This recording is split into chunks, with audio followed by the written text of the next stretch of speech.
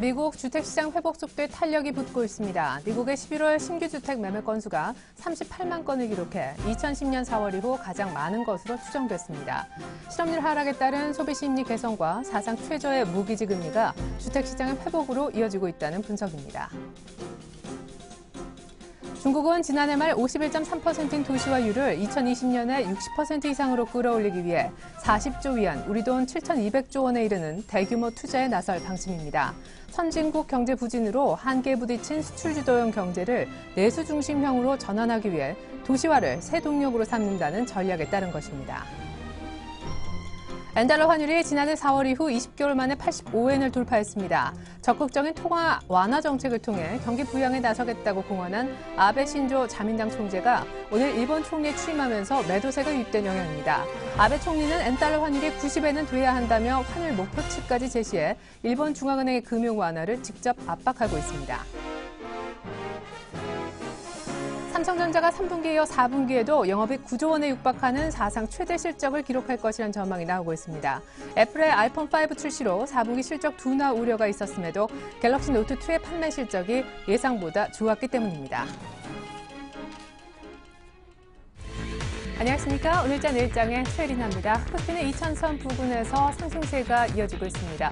외국인의 18일째 사자, 그리고 오늘은 금융투자와 보험 쪽 중심으로 기관의 매수까지 쌍끌이 매수가 유입된 덕분이 되겠는데요. 생각해보면 시장이 빠질 이유는 딱히 없어 보입니다. 미국의 재정절벽 관련된 어떤 부분 합의 기대감 정도는 남아있는 실정이고요. 앞서 말씀드렸다 대로 이제 중국의 도시화에 대한 대규모 투자 기대감까지 시장에 지금 흘러 녹아 있지요. 무엇보다 일본의 아베 정권이 들어서면서 추가적인 부양책도 충분히 나올 수 있는 시점인데요. 문제는 코스피가 여기에서 얼마까지 더 갈 수 있느냐와 지금 많이 오른 경기 민감주를 어떻게 할 것인가, 이 부분이 관심사로 떠오르고 있습니다. 코스피 쪽부터 흐름을 한번 짚어드리겠습니다. 네, 코스피는 오늘 시작을 1990선 위쪽에서 했었고요. 장중에 한번 2000선을 찍은 바 있습니다. 지난주 후반에 기록했었던 2000선 부근을 오늘 다시 한번 찍어주고 있는데요. 안타까운 부분은 2000선 안착은 쉽게 이루어지지 못한다라는 점이 되겠습니다. 오늘 개인 정도만 차익 실현하고요. 무엇보다 프로그램이 3천억 넘게 들어오면서 시장을 받쳐주고 있네요. 자, 이번에 코스닥 쪽으로 가볼까요? 사실상 어제는 크리스마스 관련된 휴장이었었고요. 월요일 날 1% 넘게 오르면서 주목을 끌었던 코스닥인데 오늘 추가 상승합니다만은 외국인들은 소폭 차익 실현, 투신권도 오늘은 하지 않습니다. 원달러 환율 쪽으로 한번 가보죠. 네, 오늘 엔달러 환율이 85엔대 들어가면서 아주 엔화 가치가 뚝 떨어진 것이 화제가 됐었는데요. 오늘 1,074원 정도의 흐름입니다. 잠깐 소폭 상승까지 하는 등 원달러 환율은 이 정도 부근에서 쉽게 더 밀리진 않을 것 같네요. 어제 저희가 쉬는 동안 중국 상해종합지수는 2.5%나 되는 급등을 했었는데요. 오늘도 쉽게 밀리지 않은 중국 증시의 모습이고요. 일본 니케이도 역시 아베 정권이 들어서면서 만선 위에서 굳건하게 버텨주고 있습니다. 계속해서 오늘장 내일장 일부에서 준비한 소식을 짚어드립니다. 2013년 증시 전망 마루투자자문 조인갑 대표에게 들어보겠습니다. 내년도 시장이 이겨내야 할 국내외 변수는 무엇이 있을지, 각국의 신정부 출범에 따른 내년 증시 전망과 더불어 산업재가 IT보다 내년도 수익률이 더 좋다면 매매 타이밍은 어떻게 잡으면 좋을지 전략적인 측면도 여쭤보도록 하겠습니다. 이슈인 시간 알바트로스 투자자문사 신승현 대표님과 함께 해볼게요. 당분간은 미국의 재정절벽 불확실성 때문에 변동성 확대가 불가피할까요? 중국의 도시화 정책 기대감이 커진 오늘입니다. 투자는 어디에 하면 좋을지 18일째 사고 있는 외국인 연말까지 바이코리아 외칠까요? 테마 톡톡 매주 수요일마다 함께합니다. 세 가지 테마 들여다볼 텐데요. 박근혜 관련주 중심으로 살아나고 있죠. 대선 테마주 향방 짚어드리겠습니다. 영업 정지 폭탄이 떨어졌어요. 통신주. 하지만 실적 개선 감안하면 지금은 살 때일까요? 사용료 인상 기대감 때문에 일부 종목은 이미 상한가에 들어갔습니다. 음원주, 지금 매수해도 좋을까요? 일주일간 수익 내일 종목 알려드립니다. 7일간의 수익 다이어리 아이러브스탁의 전진우 팀장은 블랙박스 시장의 성장성과 배당주 메리트가 있는 파인디지털을 주목하고 계십니다.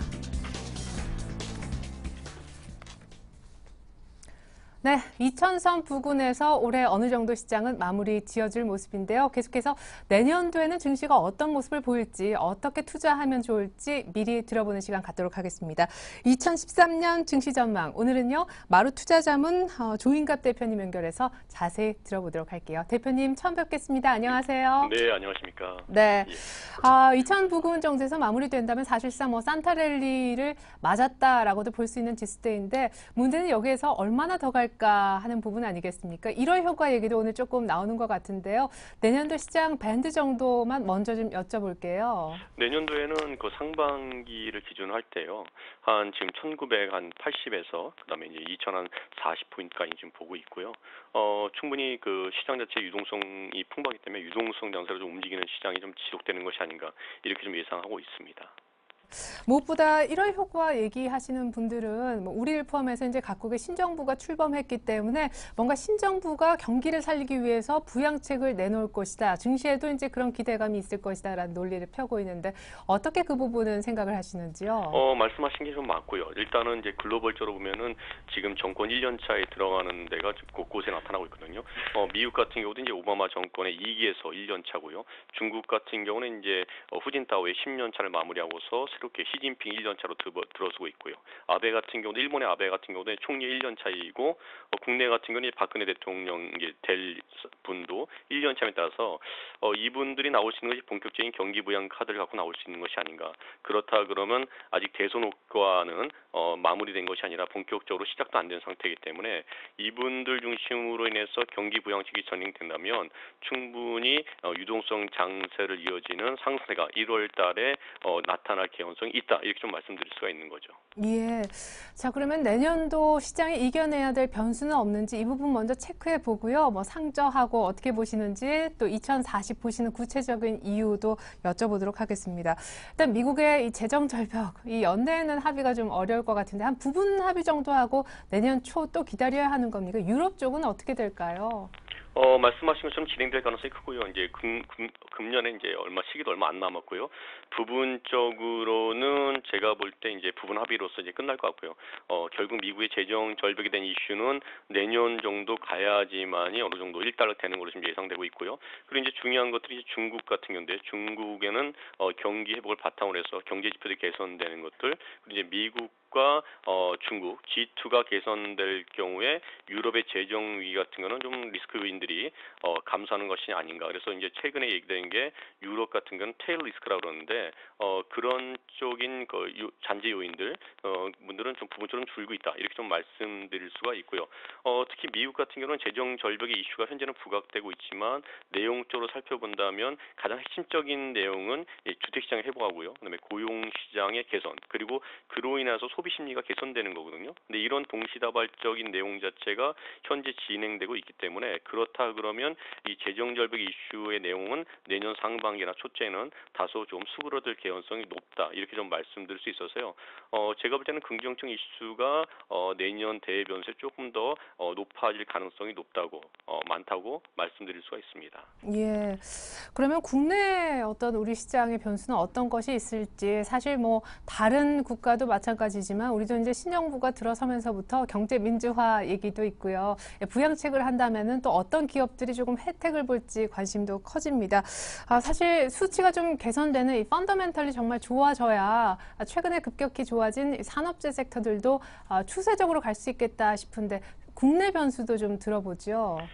지금 현재로서는 이제 아시는 것처럼 국내 같은 경우는 데이터상으로는 좋은 것들은 IT하고요. 자동차 외에는 나머지 부분의 섹터들은 이렇게 좋은 것들이 동행지수나 선행지수 자체가 좋게 안 나타나고 있고요. 실제로 이것들이 좀 좋아지려 그러면 산업계에서 건설이나 조선이나 철강 쪽에 좋은 데이터 나와야 되는데 지금은 데이터는 좀 움직이는지는 않고 있고요. 심리가 먼저 움직이고 있는데 경제를 먼저 말씀드린다면 경제 자체는 이제 심리가 움직이고 한 3개월에 6개월 후에 후행적으로 펀더멘탈, 밸류에이션이 움직인다고 볼 수 있거든요. 그런 측면에서 한국도 글로벌 국가들과 마찬가지로 내년도에 경기 부양이나 경기 회복을 위해서 본격적으로 사회 간접 자본에 투자한다 그러면 이런 산업재도 부분적 영향이 있다. 단지 이제 저희 나라 같은 경우는 수출 주도형 국가이기 때문에 국내에서 SOC 사회 간접 자본을 확충함으로써 그 업체가 수혜 보기는 쉽지 않고요. 글로벌 국가들이 전략적으로 좀 그 사회 간접 자본에 투자할 때 본격적인 수혜를 볼 수 있다고 말씀드릴 수가 있습니다. 네, 그렇군요. 자, 아까 이제 내년도 1분기에 유동성장으로 좀 갈 수 있다라고 하시면서 2040포인트도 코스피 기준 얘기를 해주셨는데 내년도 전체적으로 어떤 분기별로 잘라봤을 때 주식시장 어느 정도 전망하시는지 궁금합니다. 대외 분위기는 좀 긍정적일 것이다 하셨잖아요. 그래서 이제 저희가 이제 저희 나라 국가만 놓고 보더라도 대선 1년 차 같은 경우는 본격적으로 경기를 회복하고 또는 경기 회복에 대한 주도권을 쥐기 위해서요. 전반적으로 금융이라든가 이 경제를 좀 살리는 면들이 좀 나타나고 있었고요. 반복적으로 그러한 흐름 자체는 내년에도 유효하다 이렇게 말씀드릴 수 있고요. 상반기에 글로벌 시장에서 퍼지고 있는 유동성 장세의 흐름 자체도 한국 특히 이머징 마켓에서 주도적인 역할을 하고 있는 한국이 결국 거기 안에서 포함될 수 있을 가능성이 너무 높다. 그렇다 그러면 지금 외국인들이 한 20일 가까이 순매수하고 있는데요. 이런 흐름 자체가 연초까지도 이어질 가능성이 있고 실제로 지금 미국과 일본 중심으로 양적 완화를 하면서 그런 자금들이 아시아 쪽으로 계속 들어오는 모습들이 보이고 있거든요. 그렇다 그러면 상반기의 유동성 장세는 여전히 유효한 가운데서 단지 이것이 실적 장세로 이어지지 못한다 그러면 2분기나 3분기 조정 장세가 이어질 수 있지만 결국은 풀려진 흐름 자체가 산업을 건들면서 펀더멘탈이 개선된다면 4분기 자체는 다시 상승세를 이어가는 모습을 그려질 것이다. 이렇게 좀 말씀드릴 수 있어서요. 분기별로 볼 때는 1분기와 4분기 정도가 좀 많이 좋아지는 모습을 보일 거로 예상을 좀 하고 있습니다. 예, 그렇군요. 자, 그러면은 2000포인트에서 올해를 마무리하고 이제 내년 1분기는 확실히 좀 강하리라 생각을 해 주셨는데 어떤 쪽에 투자를 하면 좋을지 주도 섹터는 뭘 보고 계시는지 궁금합니다. 사실 4분기 실적 얘기가 한창일 수 있는 내년도 1분기인데 삼성전자 정도만 전망이 밝은 것 같거든요. 여전히 IT 얘기 일색일까요? 올해 같은 경우는 말씀하신 것처럼 대표적으로 이제 IT의 이 메가 트렌드 형성되면서 IT 관련된 업체들이 전반적으로 실적이 다 좋았거든요. 그리고 이제 부분적으로 상반기 때는 자동차의 그 실적이 좀 개선되면서 좋았는데 하반기 갈수록 이제 엔화의 절하가 이루어지면서 경쟁자가 부각되면서 좀 자동차 주춤하고 대신 순환매 쪽으로 말씀하신 것처럼 이 산업재, 조선이나 건설이나 화학, 철강 등이 이제 반등하는 모습을 보이는데요. IT는 메가 트렌드는 2013년도 본다면 여전히 유효하다 이렇게 말씀드릴 수 있는데 단지 문제점이라고 좀 한다 그러면 단기적으로 급등한 면이 좀 있어가지고요. 2012년 동안에 내내 급등한 면이 있어서 수익률 쪽만 본다 그러면 IT의 수익률은 떨어질 개연성은 좀 있다 이렇게 좀 말씀드릴 수 있고요. 반면에 글로벌 그를 주도하는 미국이나 중국 중심으로 본격적인 사회 간접 자본에서 투자를 이루어진다면 이와 관련된 섹터들 조선이나 건설이나 화학 또는 철강들이 센티멘탈이 개선되면서 다소 회복되는 모습은 나올 수 있다. 따라서 그런 센티멘탈 회복되는 산업재에는 좀 관심이 필요한 것이 아닌가 이렇게 좀 보고 있습니다.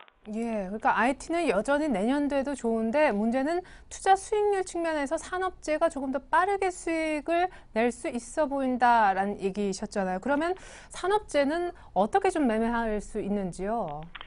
말씀드린 것처럼 이제 어차피 이제 저희가 말씀드리는 거는 경제를 말씀드리지만 이 시장에 참여하는 분들한테는 결국 주가 수익률이거든요. 그런 네네. 측면에서는 밸류에이션이 다소 부담스러운 면이 있어지는 IT의 어떤 추가적인 상승 자체는 다소 좀 둔화되는 모습이 좀 나타날 것이다. 이렇게 보고 있는 반면에요. 다른 산업재 같은 경우는 사실 밸류에이션 쪽으로는 그렇게 매력적이는 않습니다. 하지만 그 턴 어라운드 하는 거에 대한 기대감들이 밸류에이션을 좀 초과해서 나타날 개연성이 있다. 따라서 일단 심리가 개선되는 부분에 대해서 그리고 거기에서 캐탈스 요인들이 한두 개 발생한다면 그동안 소외됐던 업종들의 반등이 이루어질 수 있기 때문에 그러한 캐탈리스트 요인들을 보면서 접근할 필요가 있는 것이 2013년도고 2013년도가 보면 2003년도와 같이요.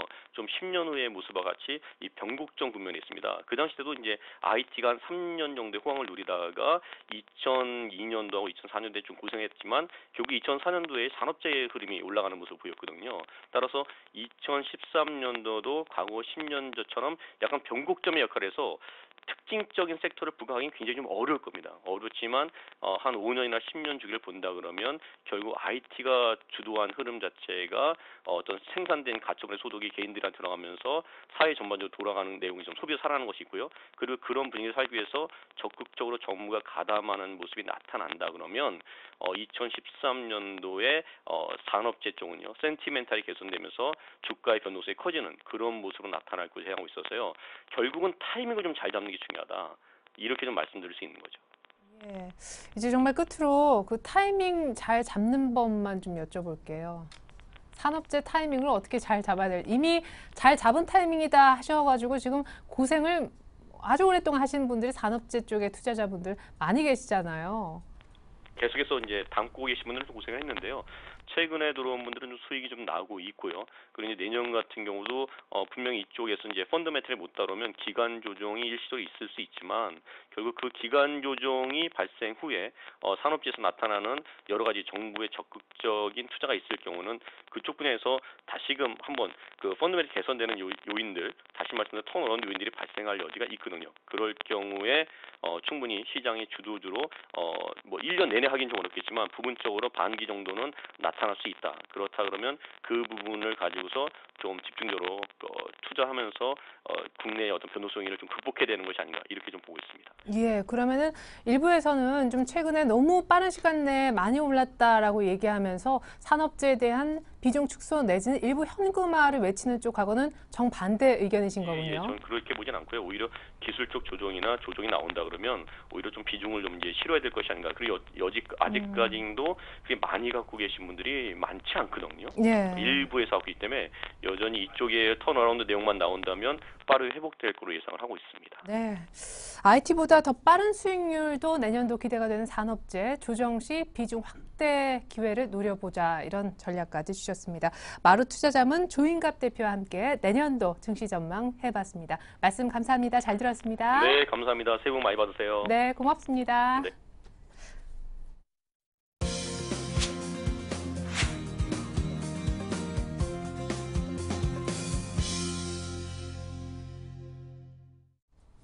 네, 이슈인 시간이죠. 알바트로스 투자자문사 신승현 대표님 연결되어 있습니다. 안녕하세요. 네, 안녕하십니까. 네, 어제 잘 보내셨나요? 네네. 네, 메리 크리스마스입니다. 예. 네. 자, 일단 시장에서 재정절벽, 아니, 크리스마스 때 원래 오바마 대통령이 뭐 이전에 재정절벽 합의해준다 그러지 않았나요? 그러니까 뭐 그냥 뭐 아무런 합의 없이 하와이로 오바마 대통령은 저 뭐 휴가를 떠났고요. 뭐 의회 자체도 지금 계속해서 일단 휴회에 들어간 그런 상황입니다. 오늘 저녁, 내일 저녁 정도부터 이제 다시 조금 뭐 협의가 시작될 것 같은데요. 여전히 시장 내에서 재정절벽 이슈는 무엇보다도 큰 이슈 중에 하나다. 시장의 변동성을 확대시킬 수 있는 가장 큰 요인 중에 하나다라고 말씀을 드릴 수 있을 것 같습니다. 일단 연말 전에 재정절벽 이슈가 타결이 안 된다 하면은 시장 조금 좀 내년 초부터 상당 부분 뭐 어떤 그 재정 지출이라든지 이런 부분에 있어서 문제가 되면서 소비가 상당 부분 줄어들 가능성이 있고요. 다행히 만약에 이제 그 타결이 된다 하면 또 다른 시장 내에서의 어떤 그 미국 소비 부분에 대한 기대감 크게 나타날 수 있다라는 것. 따라서 지금 현재 재정 절벽 이슈를 놓고서 뭐 시나리오를 가지고 이렇게 저렇게 지금 대응 전략을 세운다라고 하는 것은 조금 좀 무리가 있어 보이고요. 일단은 지금 현재 어떻게 될 상황이 벌어질지 모르는 상황이기 때문에 다소간은 좀 보수적인 입지에서 지금 현재 미국에 대한 재정 절벽 이슈를 바라보는 것이 좋겠다라고 말씀을 드립니다. 한편에 이제 그 아시아 쪽에서는 지금 이제 좋은 얘기들이 계속 나오고 있죠. 중국 도시화 관련해서 경기 부양 어떤 그 기대감 부분 2020년도까지 우리나라 돈으로 7,200조 원 정도 도시화 쪽에 좀 투자를 해서 전반적으로 경기 부양, 내수 부양을 추진하겠다라는 그런 얘기 있었습니다. 이로 인해서 이제 그 중국 시장 계속해서 긍정적인 모습 보이고 있고요. 또 한 가지는 이제 그 일본 아베 정권이 출발을 하면서 환율 전쟁이 새롭게 시작됐다라는 점, 이런 점은 우리 쪽에 좀 긍정적인 측면이 있을 수도 있겠지만 한편으로는 업종별로 해서 부정적인 측면을 가질 수 있는 그런 업종들 분명히 나타난다라는 것. 지금 현재 시장에서 키포인트 크게 3가지 정도로 보시면 되겠다 정리해드립니다. 네, 자 그러면은 포인트 하나하나별로 조금 더 자세한 전략까지 도출을 해보기로 하죠. 해보죠. 재정 절벽이 연내 합의가 안 된다면은 어떻게 해야 될지 섣부른 기대는 이제 조금 물 건너간 것 같지만 그렇다고 크게 우려할 필요도 없는 거 아닌가 하는 생각이 들어서요. 네, 일단 뭐 재정 절벽 뭐 언젠가는 해결된다. 지금 현재 뭐 그 크리스마스 이전에 결국 뭐 70만 불, 80만 불 쪽으로 그 증세안 그 뭐 가닥을 잡는 그런 모습, 절충안이 나오지 않겠느냐 뭐 그런 기대도 많이 가졌었는데 이런 상황들 결국은 절충안 쪽으로 진행이 되지 않을까 이렇게 생각이 됩니다. 다만 진행이 되는 과정 내에서야 뭐 진통 당연히 있을 수밖에 없을 것이고요. 숫자 자체 뭐 100만 불 이상이 됐건 40만 불 이상이 됐건 아니면 그 사이에 적정한 뭐 70만 불, 80만 불 사이가 됐건 어쨌든 뭐 재정 절벽 이슈는 분명히 타결될 가능성은 분명히 있습니다. 다만 그 사이에 시장에 일단 반응이 무엇보다도 좀 중요하지 않을까 이렇게 생각이 되는 부분입니다. 그리고 만에 하나 이제 그 재정 절벽 이슈가 어떤 그 합의점을 전혀 찾지 못하게 된다면 아까도 이제 그 말씀을 드렸다시피 미국 내에서 우리가 계속해서 기대하고 있는 그런 소비 부분 축소될 수밖에 없다라는 것. 이로 인해서 미국에 대한 어떤 그 기대감 부분, 상당 부분 꺾어질 가능성이 있다라는 것 좀 생각을 해보셔야 되겠습니다. 따라서 지금도 뭐 자막으로 나가 있습니다만은 섣부른 전망, 섣부른 시나리오 투자는 좀 삼가하셔야 되겠다라는 그런 말씀 드려보고요. 오히려 지금 상황에서는 재정 절벽 이슈를 어떤 그 하나의 뭐 기점으로 시장을 흔들 수 있는 변곡점으로 작용할 것은 분명하지만 우리가 어떻게 이 부분을 해결할 수 있는 그리고 해결책을 찾을 수 있는 그런 상황들이 아니기 때문에 현재 그런 그 대응 기조 그냥 유지해 나가시는 게 좋겠다라고 말씀드리고 싶습니다. 예, 이제는 중국 얘기해보죠. 중국이 도시화율을 60%까지 끌어올리기 위해서 내년부터 향후 한 8년 동안 매년 900조 정도를 투자할 계획이다라고 발표를 했는데 자, 이제 이 뉴스를 가지고 어떻게 투자 아이디어를 잡아가야 될지가 고민입니다. 사실 어떤 뉴스 보니까 결국에는 중국도 소비를 살리기 위해서 도시화를 추진하는 것이다라고 하는데 예전부터 미국과 중국의 소비를 굉장히 중요하게 보고 계셨었잖아요. 네, 뭐니 해도 이제 그 소비가 어떤 그 큰 경제 순환고리 속에서 가장 첨두에 서 있는 것이기 때문에 소비를 촉발시키는 것이 가장 중요한 뭐 시점 상황이다라고 말씀을 드릴 수 있을 것 같습니다. 우리나라에서의 박근혜 당선인 자체도 지금 박근혜 당선인도 소비를 부양시키고 그리고 복지를 그 개선시키고 더 나아가서 이제 그 고용을 확대시키는 전반적인 이제 그 경기 순환고리에 대한 그런 이해를 확실하게 하고 계신 걸로 저는 생각이 들고요. 그런 상황 속에서 우리나라 역시 소비 진작의 어떤 그 경제 민주화에 어떤 그 초점이 맞춰지지 않겠는가 이렇게 지금 생각을 하고 있습니다.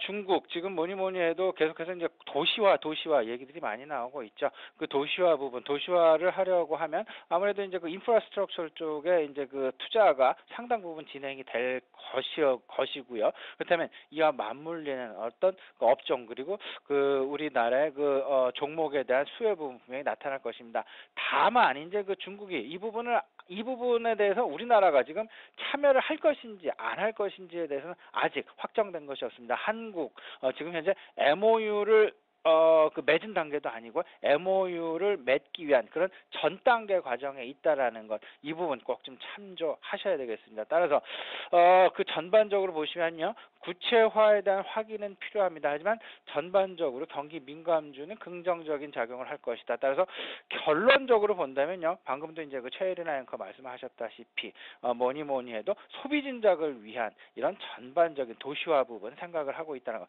내수 진작을 위해서 이런 부분 생각하고 있다는 걸 생각을 하시고 그 가장 중앙에 있는 내수 소비주에 대한 중심 접근 필요해 보인다.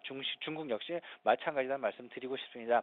아울러서 그 미국도 역시 마찬가지가 되겠습니다. 그 G2 소비에 주목하자는 말씀 제가 계속해서 말씀드리고 있는데 G2 소비 역시 방금 전에 말씀드렸던 대로 재정 절벽 이슈가 하나의 또 어떤 그 변곡점이 될 수 있다라는 것. 재정 절벽 이슈가 해결이 안 된다면 소비 진작 못 합니다. 따라서 소비가 줄어들 수밖에 없는 그런 상황이다라는 것. 따라서 재정 절벽 이슈가 해결이 되면 오히려 미국에서의 소비에 대한 기대감 그 어느 때보다도 커질 수 있다라는 것 꼭 좀 생각을 해보시고 지금 현재 시장 내 화두 내지는 시장 내 가장 중심에는 뭐니 해도 중국의 소비 그리고 미국의 소비가 자리 잡고 있다라는 것 꼭 명심하셔야 되겠습니다. 네.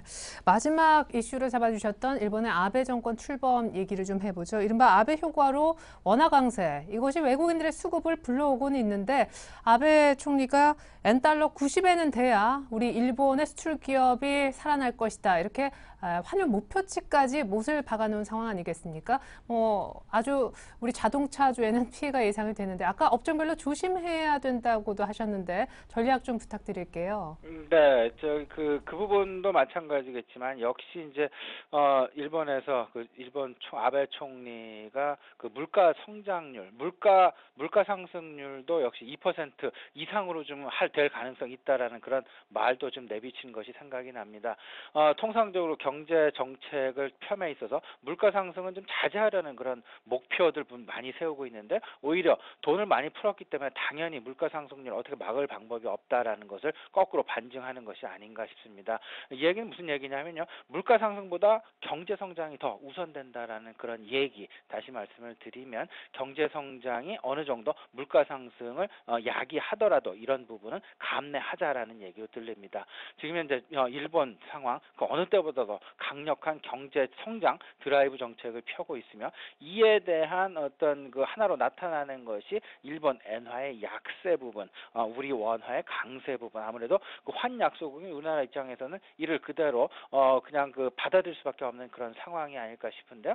이로 인해서 전반적으로 최근에 아까 말씀하셨습니다만 원화 강세로 인해서 외국인의 수급 상황 좋아집니다. 하지만 전체적으로 생각을 해본다면 결국은 자동차 업종에 대한 조금 좀 불안한 측면이 없지 않아 있는 것이 사실입니다. 특히나 완성품 업체인 현대기아차, 현대모비스 쪽보다는요 오히려 완성차 업체에 부품을 납품하는 부품주에 대한 걱정이 더 크게 나타난다라는 것. 부품주는 어떻게든지 환율을 방어할 어떤 그 방어 대책 내지는 수단조차도 지금 준비해 놓지 않고 있는 그런 상황이라고 여겨집니다.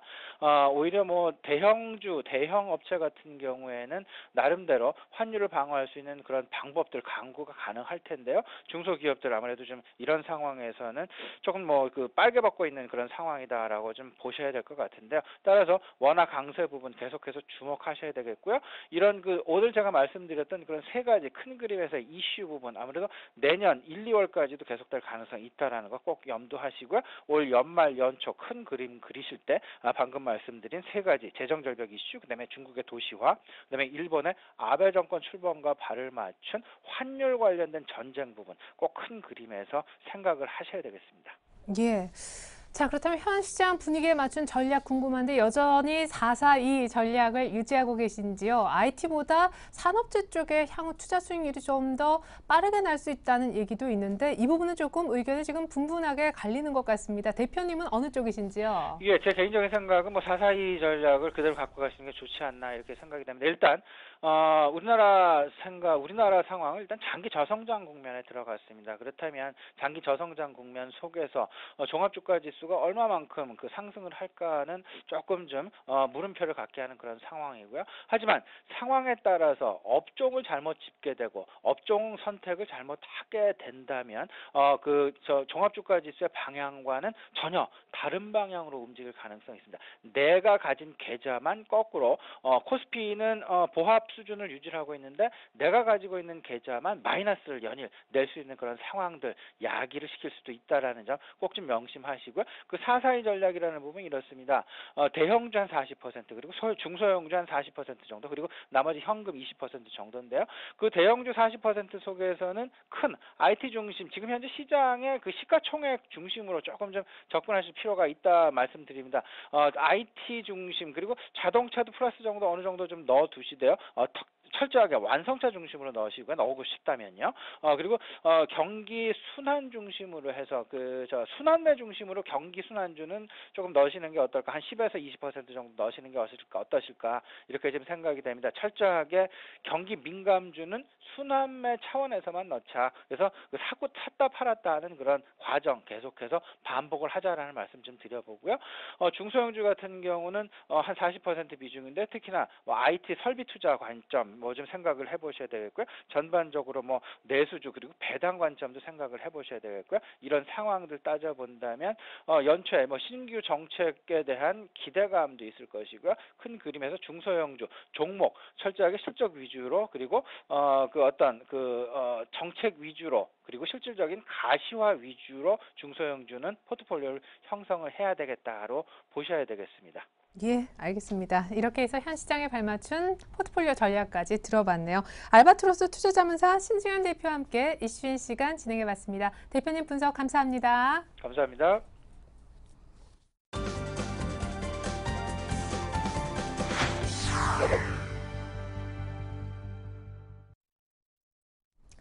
네, 테마주를 알아보는 시간 테마톡톡 매주 수요일마다 함께 하실 수가 있는데 오늘도 저희가 세 가지 테마를 좀 추려봤습니다. 각각의 흐름부터 먼저 보고 얘기를 이어갑니다. 화면 함께 보시죠.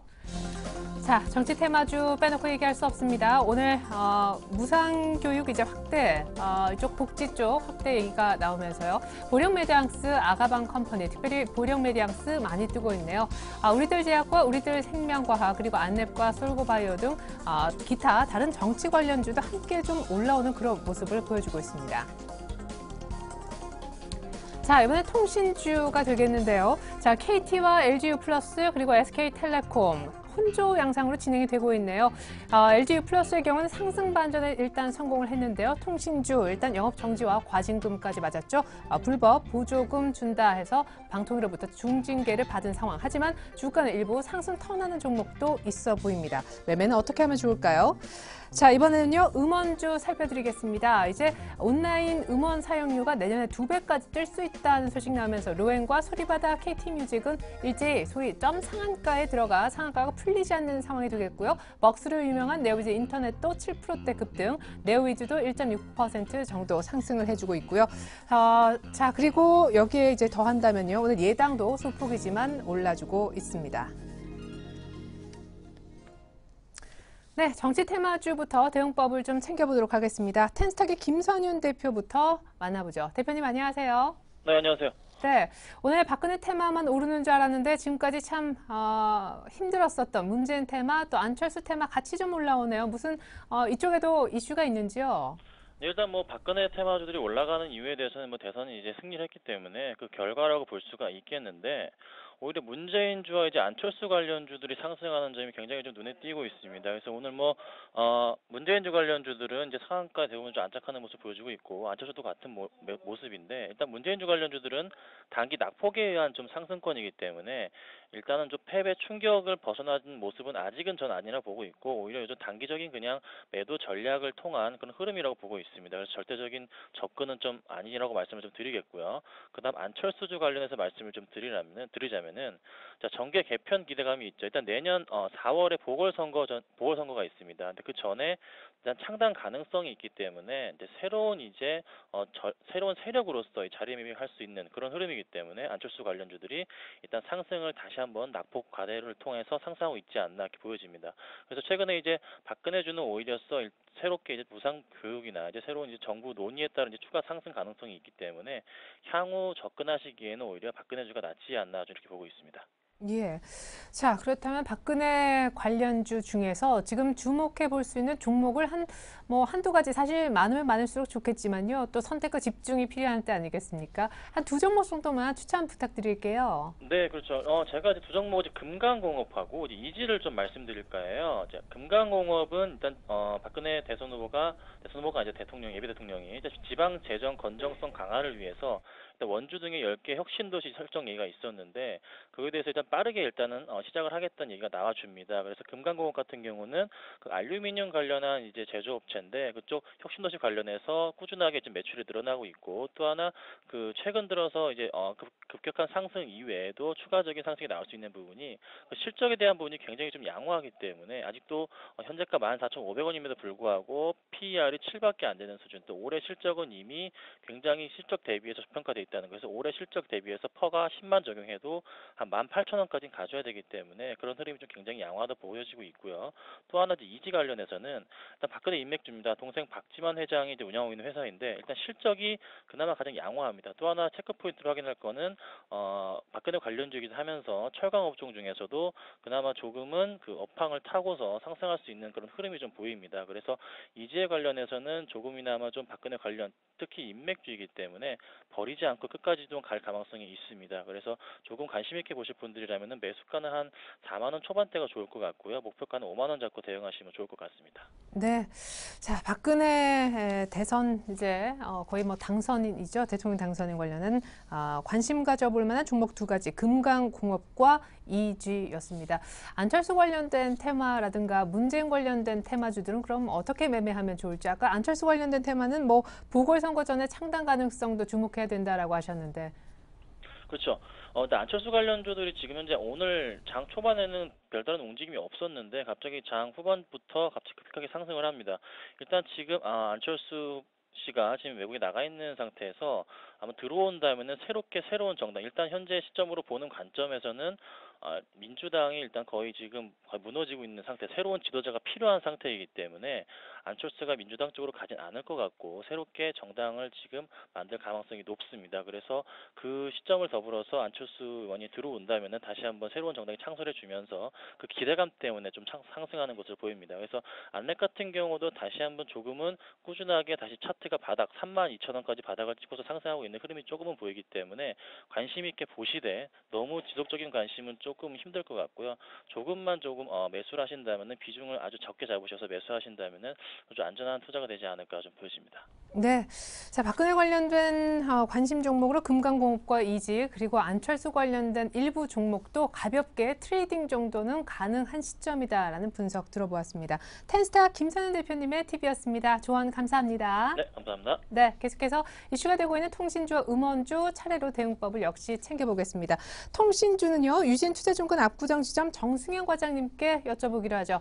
과장님 안녕하세요. 네, 안녕하세요. 네, 와 너무하다라는 반응도 있었습니다. 지금 이동통신업계 뭐 불법 과징금 얘기 나오면서 영업 정지까지 지금 방통위에 중징계가 내려진 상황인데 오늘 KT만 계속 밀리고 SK텔레콤하고 심지어 LG유플러스는 상승 반전까지 했네요. 지금 사도 괜찮을까요?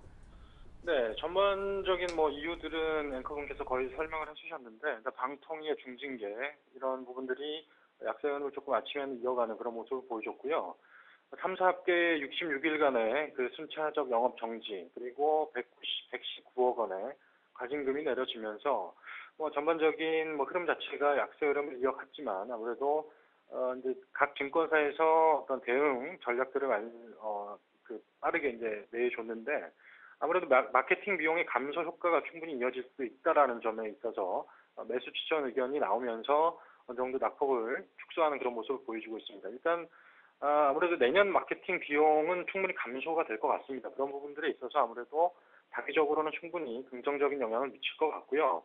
그리고 내년 1분기 실적 개선 효과가 이루어질 것 같은데 각 사별로 이제 살펴보면 SK텔레콤 같은 경우에는 영업이익이 약 2.7% 정도 상승이 될 것 같고요. 그리고 KT는 2.1%, 그리고 LG유플러스는 2.9%, 이 정도로 영업이익의 상승 효과가 이루어질 것 같고, 이런 전체적인 상승 효과, 영업이익의 상승 효과를 감안해서 마케팅 비용 감소는 통신 3사 전부 합치면 2,800억 정도가 감소가 되는 것으로 예상이 되고 있습니다. 이런 부분들에 있어서 어느 정도 실적에 대한 개선 기대감은 충분히 있는 것 같고요. 하지만 향후 리스크 요인 자체는 아무래도 정부의 요금이나 압력이 계속 지속될 가능성이 있지 않느냐, 이런 부분들은 심리적으로 어떤 그 주가를 짓누르는 그런 요인들로는 작용할 수 있다라고 말씀드릴 수 있겠습니다. 예, 영업 정지네 과징금이네 해서 굉장히 부정적인 뉴스라고만 생각을 했었는데 이것이 오히려 마케팅 비용의 절감으로 이어지면서 내년도 실적이 좋아지니까 괜찮다. 역시 이런 의견을 주셨군요. 자, 통신주 하면 딱 3인방밖에 없는데 탑픽 종목으로는 어떤 종목 보고 계십니까? 아무래도 통신주 사실 오늘 배당 투자 마지막일이지 않습니까? 네. 그래서 아무래도 통신주에 대한 관심이 어느 정도 이 종목을 사서 내일 이제 배당락의 어떤 효과가 나올 텐데, 좀 배당락의 효과가 적어지고 배당 수익률이 어느 정도 높은 그런 종목들이 뭐가 있을까 이렇게 곰곰이 살펴봤는데 SK텔레콤 정도가 오늘까지 매수를 한다면 배당 수익률은 약 5% 정도 예상이 되고요. 그리고 과거 사례를 보면 통신주 자체는 배당 기대감이 상당히 높았기 때문에 거의 그 배당 수익률만큼의 하락을 보여줬던 경우가 많습니다. 하지만 SK텔레콤 같은 경우에는 앞으로 추가적인 상승 모멘텀이 충분히 있을 것 같고요. 내일 배당락을 감안하더라도 어느 정도 매수 관점에서 충분히 접근하시는 게 유리하다라고 보여지고 일단 내년까지 보유를 하시더라도 아까 말씀드린 마케팅 비용 감소라든지 영업이익 상승 효과 충분히 누릴 수 있기 때문에 어느 정도 안정적인 수익이 기대가 되지 않느냐 그렇게 보고 있고요. 매수가는 뭐 오늘 그 배당 기준일 마지막이기 때문에 오늘 종가 정도에 매수를 하셔서 내년까지 만약에 보유를 하신다면 목표가는 한 17만 원 정도 그리고 손절가는 어차피 이제 크게 움직이지 않는 종목이기 때문에 14만 5천 원 정도로 대응을 하시면 유효할 것 같습니다. 네, 뉴스는 안 좋았지만 내년 실적 좋아지고 배당 매력까지 있는 SK텔레콤을 한번 사보자라는 의견 주셨네요. 유진투자증권 압구정 지점 정승현 과장님께서 도움 말씀 주셨습니다. 감사합니다. 네, 감사합니다. 네, 오늘 마지막 테마인 음원주 알아보겠습니다. 이 부분이 가장 궁금하시지 않을까 생각이 드는데요. KTB투자증권 압구정 지점의 김근호 과장님 연결되어 있습니다. 안녕하세요, 과장님. 네, 안녕하십니까? 네, 오늘 아침부터 상한가 들어가서 지금도 안 풀리고 있는 소위 점 상한가 3인방 KT뮤직과 소리바다, 로엔 지금 사도 됩니까? 내년도 이 음원 사용료가 2배 뛴다는데요. 네, 일단 뭐 갭상으로 들어갔기 때문에 뭐 지금 뭐 따라 붙으신다는 거는 조금 무리가 있는 것 같고요. 뭐 오늘 사실 음원 가격 인상분은 뭐 계속적으로 좀 시장에는 돌았던 얘기였던 것 같습니다. 이제 가시적으로 확실하게 좀 되느냐 안 되느냐 이 부분에 있어서 갈팡질팡했었는데 일단 로엔 같은 경우에 최근에 뭐 거의 2배 가까운 가격으로 좀 인상안을 검토하고 있다라고 알려지면서 오늘 무더기로 좀 상한가에 들어가는 모습들이었는데요. 일단은 뭐 너무 공격적으로 붙으시는 것은 조금 위험하다라는 말씀을 좀 드리고 싶습니다. 일단 뭐 단기적인 호재인 것은 분명히 맞지만 일단 이 부분이 뭐 중장기적으로 어떻게 돌아가느냐 이 부분은 좀 지켜봐야 될 것 같고요. 근데 콘텐츠 자체에 대한 기대감은 충분히 가져볼 수 있다. 사실 미국 시장하고 비교를 해보면 우리나라 음원 가격이나 뭐 스트리밍 가격 자체가 굉장히 좀 낮게 책정이 돼 있는 것은 맞고요. 그리고 또 이 엔터테인먼트사들과 뭐 제작사 그리고 이 작곡가들에 대한 분배 부분 이 부분 역시도 계속적으로 좀 미국과 선진국들과 비교했을 때는 아직도 좀 개선돼야 될 점들은 분명히 많습니다. 그렇기 때문에 스트리밍 가격 그러니까 음원 가격에 대한 인상분은 뭐 지금 뭐 2배가 올랐다고 해서 뭐 다 왔다 이 부분은 아닌 것 같고요. 어떻게 보면 지속적으로 좀 성장할 수 있는 상승할 수 있는 여지는 아직도 있기 때문에 이런 부분들은 조금 뭐 남겨두시는 부분이 맞겠지만 일단 단기적으로 접근하시겠다 이 부분은 지금 가격대에서는 조금 위험하다라는 말씀을 좀 드리고 싶고 뭐 로엔 KT뮤직 소리바다 이 부분은 로엔 같은 경우에는 실적 뭐 여전히 굉장히 좋고요. 그리고 KT뮤직 같은 경우에는 이 KMP홀딩스라 그래서 SM, JYP 그리고 YG가 출자를 해서 주주로서 참여한 이 회사가 있습니다. 역시나 음원 관련된 회사인데 이 부분에 대한 기대감이 KT뮤직에는 아직까지 남아있다라는 말씀 드리고 싶고 소리바다의 특징은 이 아이튠스 그러니까 아이폰 애플사에서 제공하는 이 아이튠스 서비스가 일단 소리바다를 통해서 공급이 국내에 되기 때문에 이 부분에 대한 여지는 분명히 있었습니다. 그러나 제가 지금까지 말씀드렸던 모든 모멘텀들은 분명히 각 종목마다 한 번씩은 반영이 됐기 때문에요. 향후에 뭐 이런 뉴스들로 계속 주가가 오를 수 있다. 이 부분은 분명히 좀 아니라는 말씀 드리고 싶습니다. 그래서 너무 공격적인 접근을 하지 마시라는 말씀 드리고 싶네요. 갖고 계신 분들 파는 시점은 어때요? 오늘 약간 일부 현금화? 네, 뭐 오늘 현금화 그리고 만약에 내일 또 시초가에 좀 상승으로 나온다면 내일쯤은 좀 정리를 한번 해주셔도 되지 않을까라는 말씀 드리고 싶습니다. 제가 다시 한번 말씀드리지만 중기 장기로 가시고 싶으신 분들은 지금 가격에 공격적으로 따라붙어서 뭐 답이 나올 수 있는 가격은 분명히 아니라는 말씀 드리겠습니다. 네, 왜냐하면 뉴스는 이미 주가에 다 녹아져 있고 중장기를 노린다면 확실히 조정 후 진입하는 것이 좋겠네요. 감사합니다. KTB투자증권 압구정 지점 김근호 과장님의 중요한 팁이 있었네요. 음원주 대응법까지 잘 들었습니다. 고맙습니다. 네, 감사합니다. 네, 자 지금 시각은 2시 41분입니다. 예, 이제 시간이 별로 없는데 일주일 동안 수익 내볼 만한 종목 알려드립니다. 7일간의 수익 다이어리 먼저 열어볼게요. 자, 이제 왕관을 누가 쓰시는가 했는데 전진우 팀장님의 왕관이 이정복 대표님한테로 갔네요. 이정복 대표님의 링네트 오늘 목표가에 도달하면서 수익이 15% 육박하게 됐습니다. 박현상 대리님이 월요일 날 추천해 주셨던 악폭과대 NH는 오늘 잘 가다가 음봉 전환하면서 수익이 마이너스로 바뀌어서 조금 아쉽고요. 전진우 팀장님의 MD스테크도 오늘 추가 상승이 있었죠. 이기택 과장님은 크루셜햄즈 일단 못 잡아서 오히려 잘 된 것 같고요. 박준 과장님의 옵트론텍은 월요일 날 윗골이 오늘 약간 음봉으로 하락 전환, 조금 수익이 그래도 나주고 있습니다. 자, 그래서 오늘 1등은요. 다시 한번 말씀드리지만 JB스탁의 이정복 대표님이 링네트로 수익을 15% 가까이 올리셔서 1등이 되었습니다. 자, 1등에게 언제나 전화를 드리고 있습니다. 축하 전화 한번 드리는 게 맞겠죠? 대표님 안녕하세요. 네, 안녕하세요. 네, 아니 월요일 날 윗골이 달려가지고 조금 아쉽다 했는데 사실 윗골이 달면서 목표가 찍었었는데 오늘 확실하게 도달하네요. 네네. 이 종목 지금 최근에 이 관련주들이 좀 강하게 좀 상승을 해주면서 같이 편승해서 오르는 이제 분위라고 볼 수가 있고요. 이제 오르는 이유가 최근에 이 종목은 이제 일자리 관련주로 해서 한 몇 달 전만 해도 거의 급등주에 가까운 종목인데 역시 낙폭과대 종목인 만큼 올라갈 때도 좀 강하게 상승을 해주는 것 같습니다. 지금 이제 클라우드 컴퓨팅 관련주 해서 이제 스마트워크 시장 확대에 따른 이제 성장성이 확보가 된 만큼 여전히 이제 중장기적으로는 여전히 올해 3분기 누적 영업이익이 이제 52% 증가를 했기 때문에 창사 이래 이 실적은 이제 최대 실적이라고 볼 수가 있습니다. 그래서 테마주이기 이전에 이제 역시 실적이 좀 나오고 있는 소형주인 만큼 주가가 이제 하락할 때는 조금씩 매수해 보는 전략도 나쁘지 않다고 보고 있고요.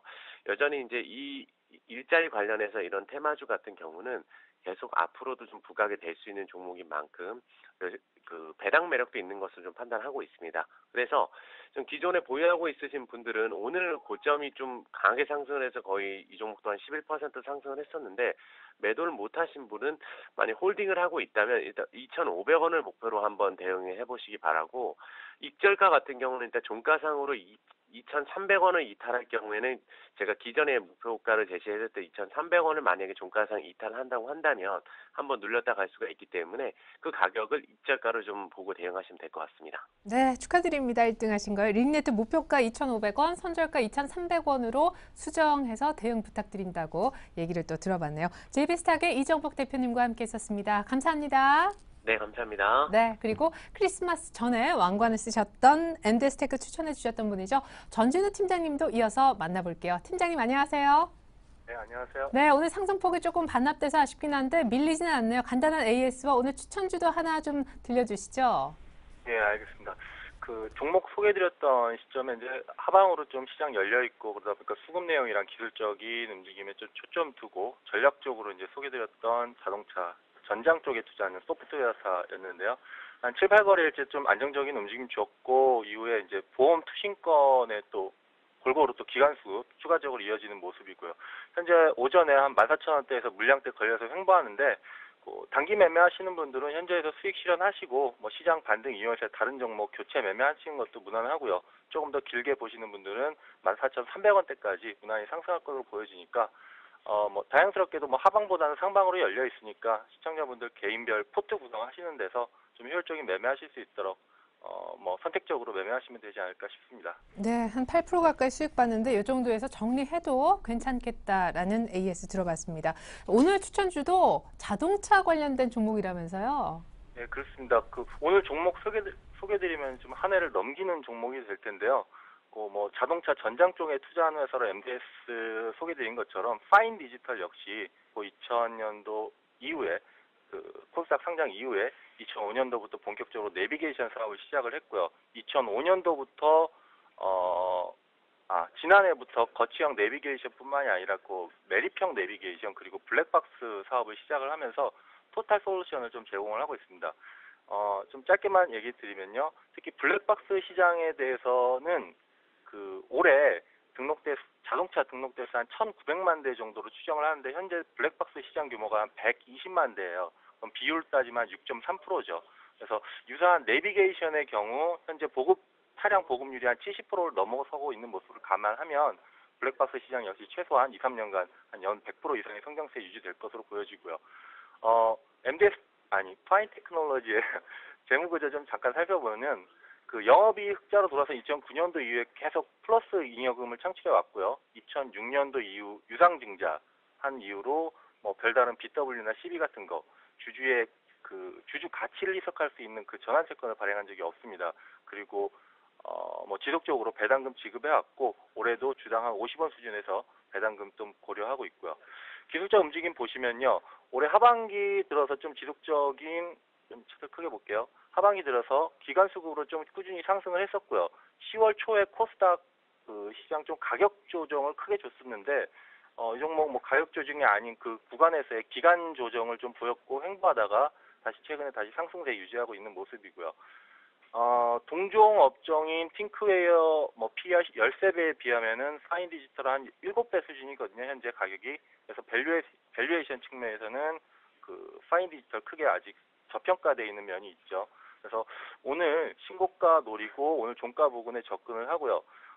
좀 길게 내년 상반기까지 어떤 중장기 목표가로는 1,500원대를 바라보고요. 단기적인 목표가로는 8,500원을 볼게요. 그리고 추세가 꺾이는 건 아니지만 요 6,800원대를 깨게 되면 단기적으로는 6,200원대까지 좀 기술적인 조정을 열어놔야 되니까 손절가로 한 6,800원을 그렇게 말씀드리겠습니다. 네, 61선 정도 손절 놓고 오늘 신고가 약간 밀리는 날 사보자. 파인 디지털이 오늘의 또 추천주였습니다. 엔젤스테크처럼 수익 좋았으면 좋겠네요. 지금까지 아이러브스탁 전진우 팀장님과 얘기 나눠봤습니다. 감사합니다. 네, 감사합니다. 네, 이상으로 오늘 전 일정 1부 여기까지입니다. 전 잠시 후 종가 들고 2부로 다시 올게요. 고맙습니다.